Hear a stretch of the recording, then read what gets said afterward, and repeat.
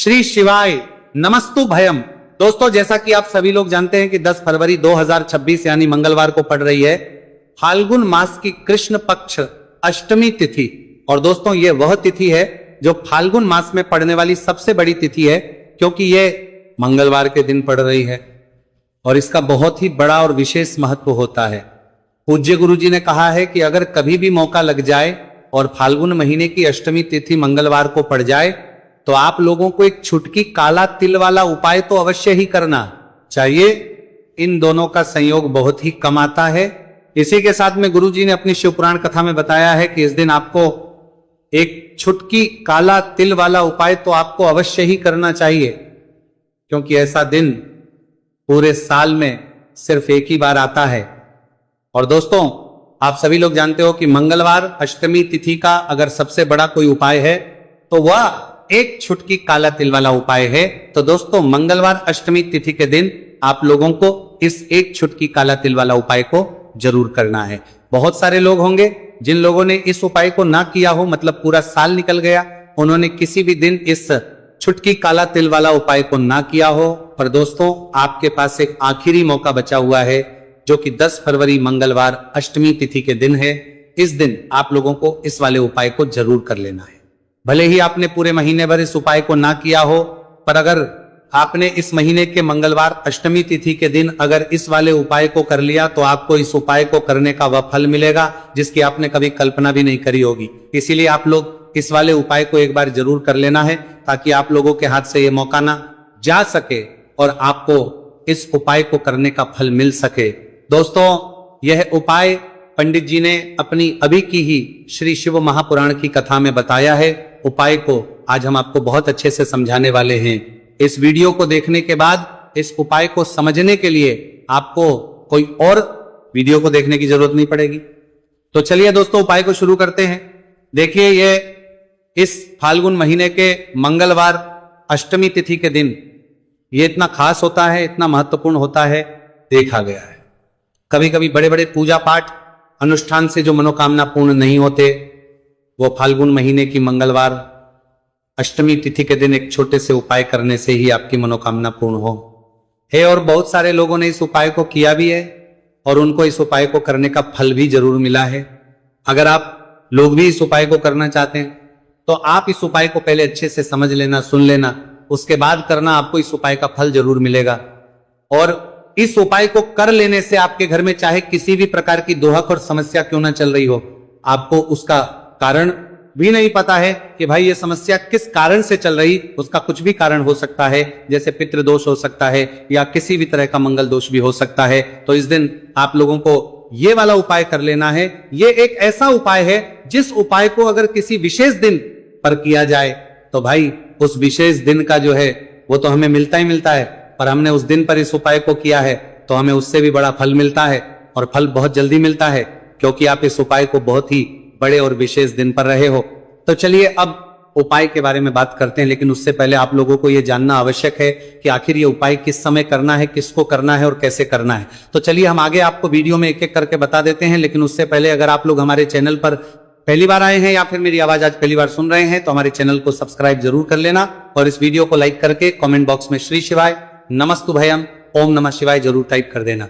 तो दोस्तों, इस एक छुटकी काला तिल वाला उपाय को हमें इस मंगलवार अष्टमी तिथि के दिन कैसे करना है, किसको करना है, किस समय करना है और कहां पर करना है, ये सारे सवालों के जवाब आपको इस वीडियो में मिल जाएंगे। और जो ये वीडियो देखेगा भाई, उसको एक छुटकी काला तिल वाला उपाय जरूर करना चाहिए, क्योंकि इस दिन काला तिल का भी बहुत ही बड़ा और विशेष महत्व होता है। और बात आ जाए एक छुटकी काला तिल वाला उपाय की, तो ये सोने पे सुहागा वाली बात हो जाती है और ये एक बहुत ही बड़ा उपाय हो जाता है इस मंगलवार अष्टमी तिथि का। तो अब दोस्तों, इस एक छुटकी काला तिल वाला उपाय को आखिर करना किसको है, सबसे पहले हम लोग वो बात जान लेते हैं। तो देखो, घर की जो बड़ी माताएं बहनें होती हैं, उन माताओं बहनों में से कोई भी एक बड़ी माता बहन इस वाले उपाय को कर सकती है। और दोस्तों, अगर आप तो अपने घर में से सभी सदस्यों को भी इस उपाय को करवा सकते हैं। अगर किसी व्यक्ति की खुद की कोई मनोकामना है, खुद की कोई दुख और परेशानी है, जो कि वो अपने लिए ही करना चाहता है इस वाले उपाय को, तो वह खुद अपने लिए भी कर सकता है। बाकी अगर कोई घर में से ऐसा है जो कि अपने पूरे घर परिवार की सुख और शांति के लिए ये वाला उपाय करना चाहता है तो भाई वो भी कर सकता है, उसमें भी कोई दिक्कत वाली बात नहीं है। कहने का मतलब है कि इस उपाय को हर एक सदस्य भी कर सकता है और पूरे घर परिवार के सदस्य के लिए घर की बड़ी माताओं बहनों में से कोई एक माता बहन भी कर सकती है। माताएं बहनें अगर घर में उपस्थित ना हो या वो यह वाला उपाय ना कर पा रही हो तो फिर घर का कोई बड़ा सदस्य भी इस एक छुटकी काला तिल वाला उपाय को कर सकता है, चाहे फिर वो पुरुष ही क्यों ना हो, उसमें कोई भी दिक्कत वाली बात नहीं है। उसके बाद में दोस्तों जो अगला प्रश्न निकल आता है वो ये आता है इस उपाय को लेकर कि आखिर इस उपाय को हमें किस समय करना है, सुबह के समय करना है कि शाम के समय करना है। तो देखो इस वाले उपाय को आप लोग सुबह के समय भी कर सकते हो और शाम के समय प्रदोष काल में भी कर सकते हो। अब अगर आप पूछो कि भाई सबसे उत्तम समय कौन सा रहेगा इस एक छुटकी काला तिल वाला उपाय को करने का, तो हम आपसे बस यही कहेंगे कि इस उपाय को आप सुबह के समय करेंगे तो ज्यादा बेहतर होगा। बाकी अगर प्रदोष काल शाम के समय भी करेंगे तो भी अच्छा होगा, उसमें कोई भी दिक्कत वाली बात नहीं है। तो अब दोस्तों जो अगली सबसे बड़ी और महत्वपूर्ण बात आती है वही आती है कि सुबह अगर हम उपाय को करेंगे तो हमें कितने बजे से लेकर कितने बजे तक के बीच में करना है और शाम के समय प्रदोष काल में करेंगे तो हमें कितने बजे से लेकर कितने बजे के बीच में करना है। तो देखो सुबह जितनी जल्दी हो सके आप उपाय को करने की कोशिश करना कि अगर किसी कारणवश लेट भी हो जाओ, थोड़ी देर भी हो जाए तो 10 या 11 बजे तक भी आप उपाय कर लेना, पर 12 बजे से ज्यादा देरी ना हो, ठीक है, इस बात का ध्यान रखना। उसके बाद में दोस्तों अगर शाम के समय प्रदोष काल की बात करें, प्रदोष काल का जो समय है होता है वो शाम के 6 बजे से शुरू हो जाता है।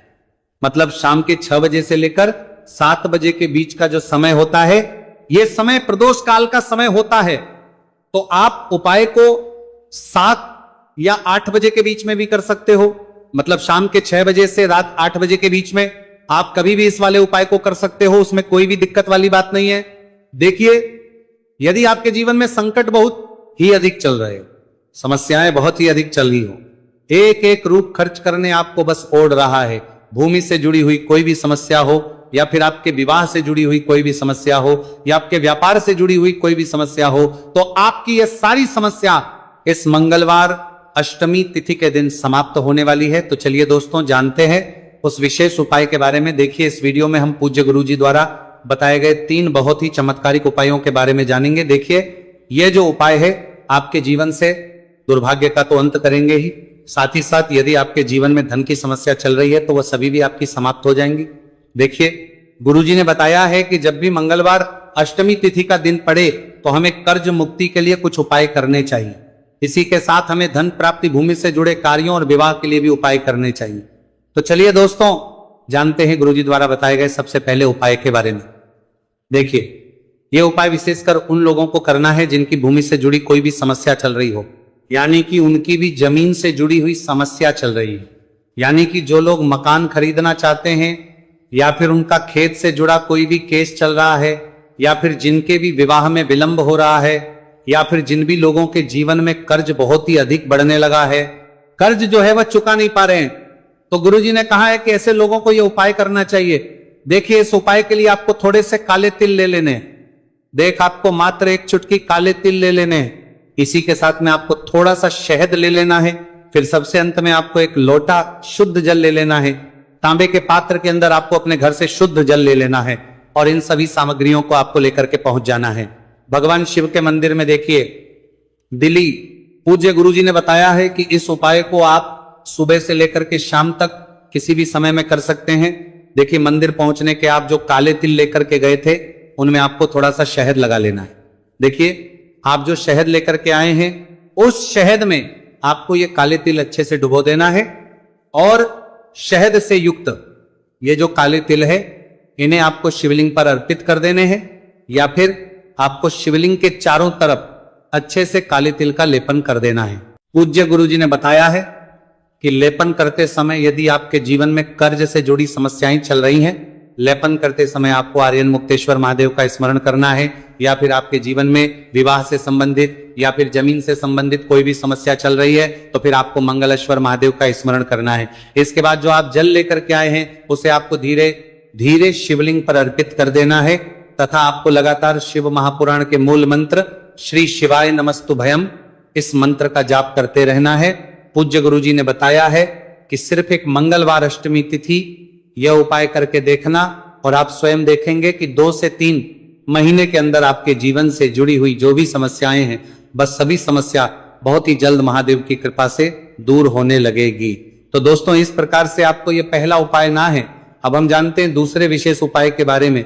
देखिए इस उपाय के लिए आपको एक प्यारी सी बेलपत्र ले लेनी है। इसी के साथ में एक लोटा शुद्ध जल लेना है तांबे के पात्र के अंदर और इसी के साथ में आपको थोड़ा सा शहद ले लेना है। देखिए मंगलवार का दिन है और मंगलवार अष्टमी तिथि के दिन यदि हम शहद का उपाय करते हैं तो इससे महादेव हमसे बहुत ही अधिक प्रसन्न होकर के हमारी मनोकामना को परिपूर्ण करते हैं। देखिए दोस्तों यदि आपको बेलपत्र नहीं मिल पाती है तो आप भगवान शिव के शिवलिंग पर जो बेलपत्र छड़ी हुई वो होती है उसे शुद्ध जल से धो करके उसका उपयोग कर सकते हैं। तो इन सभी सामग्रियों को आपको भगवान शिव के मंदिर में लेकर के पहुंच जाना है। गुरुजी ने कहा है कि इस उपाय को भी आप सुबह से लेकर के शाम तक किसी भी समय में कर सकते हैं।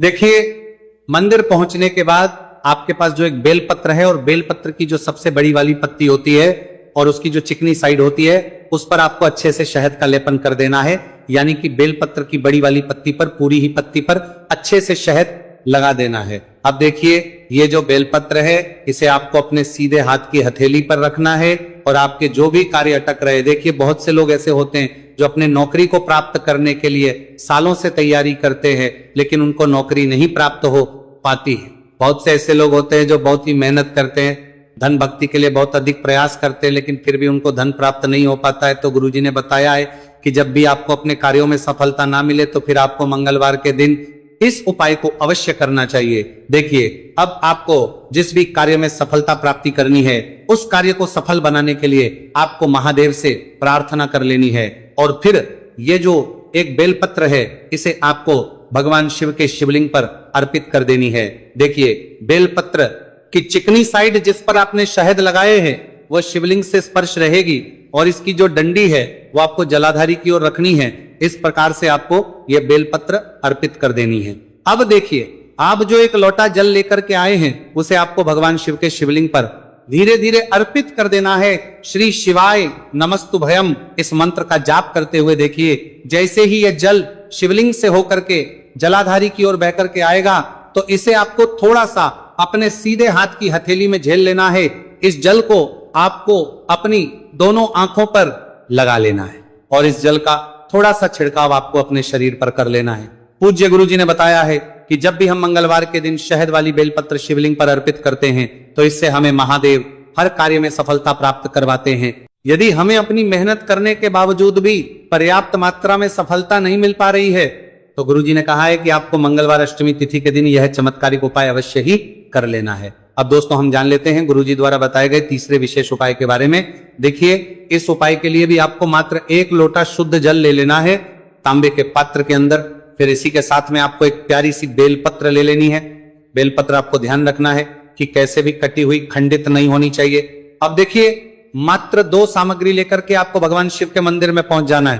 पूज्य गुरुजी ने बताया है कि यह उपाय विशेषकर उन लोगों को करना है जिनकी कोई भी विशेष मनोकामनाएं जो कई दिनों से परिपूर्ण नहीं हो पा रही, चाहे वो विवाह से संबंधित हो, नौकरी से संबंधित हो, व्यापार से संबंधित हो, चाहे किसी भी प्रकार की मनोकामना है जो परिपूर्ण नहीं हो पा रही है तो उसके लिए आपको यह उपाय करना है।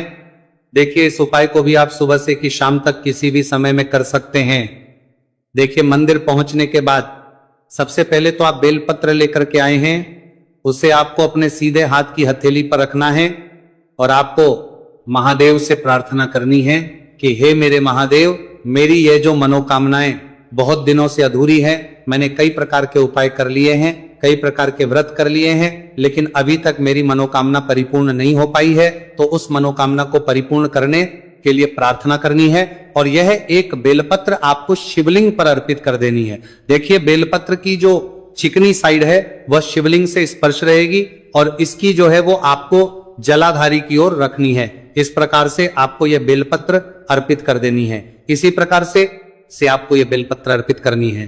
अब देखिए, आप जो एक लोटा शुद्ध जल लेकर के आए हैं, इसे आपको धीरे धीरे शिवलिंग पर अर्पित कर देना है। इस मंत्र का जाप करते हुए देखिए, जल अर्पित करते हुए आपको कम से कम 11 बार श्री शिवाय नमस्तुभयम या फिर ओम नमः शिवाय इस मंत्र का जाप कर लेना है।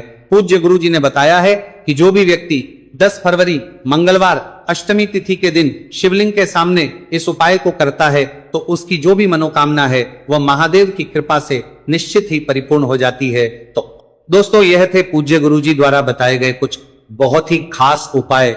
अगर आपको जानकारी अच्छी लगी हो तो वीडियो लाइक करिएगा। मिलते हैं फिर एक नए वीडियो के साथ। श्री शिवाय नमस्तुभयम।